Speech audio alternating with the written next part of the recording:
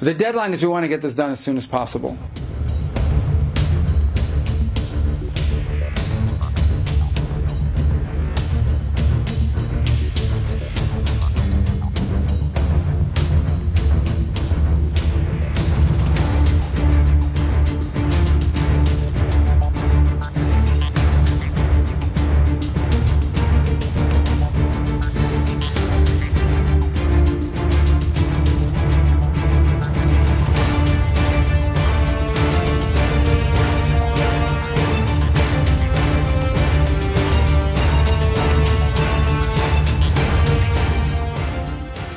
The United States has announced a major breakthrough in the Ukraine peace talks, describing substantial movement in negotiations after several critical sessions held in Geneva.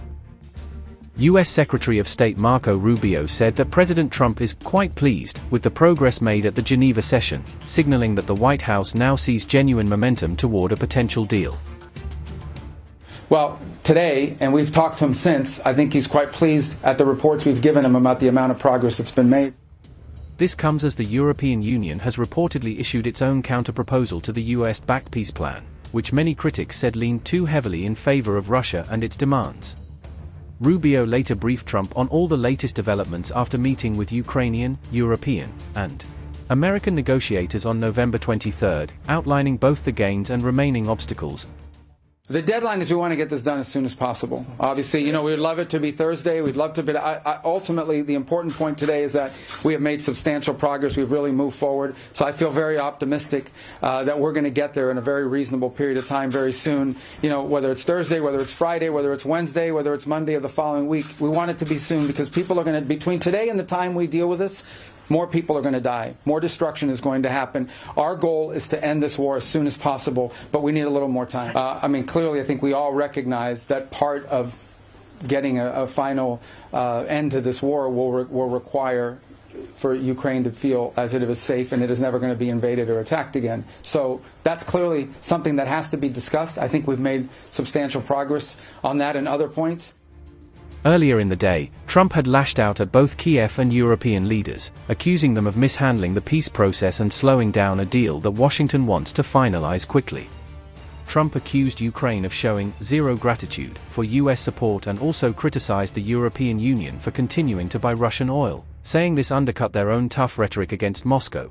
Despite the controversy, Rubio has insisted that the peace plan remains a living, breathing document, emphasizing that it is still evolving and can be reshaped as talks move forward. Rubio said that negotiators are actively taking in new inputs from Ukraine and European partners and are adjusting the proposal in real time to bring it closer to something all sides can accept.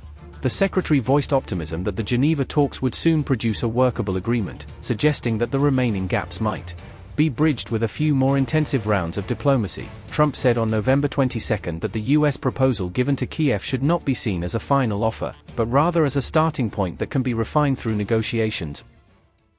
No, not my part. No, we'd like to get the peace. It should have happened a long time ago. The Ukraine war with Russia should have never happened. If I were president, it never would have happened. We're trying to get it ended.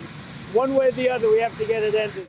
Rubio has since confirmed that the initial November 27 deadline for Ukraine's decision may be extended by several days, giving Kyiv more time to assess changes and consult allies. At the same time, Trump has repeatedly insisted in public that Ukraine should ideally make its choice by U.S. Thanksgiving on November 27, using the holiday as a symbolic target date. Meanwhile, Europe's counterproposal to the 28-point U.S. peace plan has drawn sharp criticism from some quarters, with opponents arguing that it goes too far in hardening Kyiv's position. According to reports, the EU draft would allow Ukraine to field a military of up to 800,000 troops, an increase from the 600,000 troop ceiling suggested in the original U.S. plan.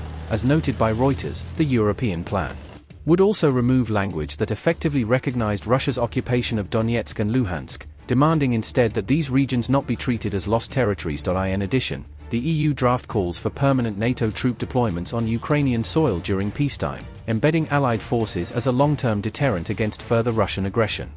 The plan envisions US-backed security guarantees modeled on NATO's Article 5, alongside the return of displaced civilians to their homes. and strong protections for their safety. Under the proposal, the Zaporizhzhia nuclear plant would be placed under international control, with electricity sharing between Russia and Ukraine to reduce the risk of conflict over the site. Even with these far-reaching measures, Ukraine's full NATO membership would still require unanimous consent from all alliance members, meaning accession would not be automatic under the EU draft.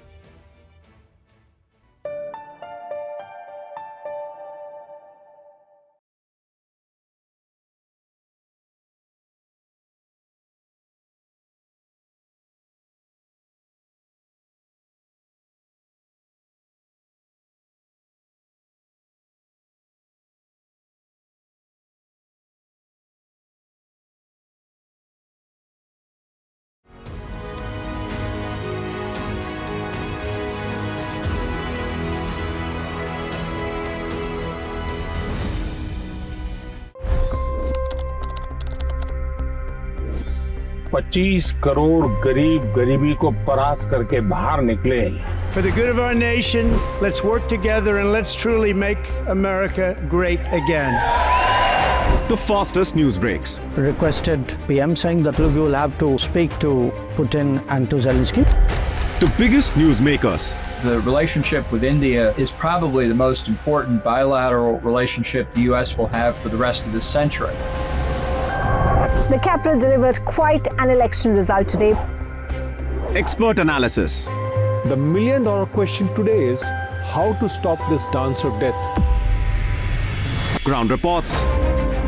I'm standing at the crossroad of the Kumbh Mela. Behind me are more than 100 entry ghats. Long-form interviews. Exclusionary politics is reflected in Manipur case as well. You don't bother because this is a small state. Deep dive into burning issues. It's often said DRC could be the richest country in the whole world. It's because of what sits underneath. Why exactly did the US topple the Sheikh Hasina government? HT videos. We don't just break news, we break it down.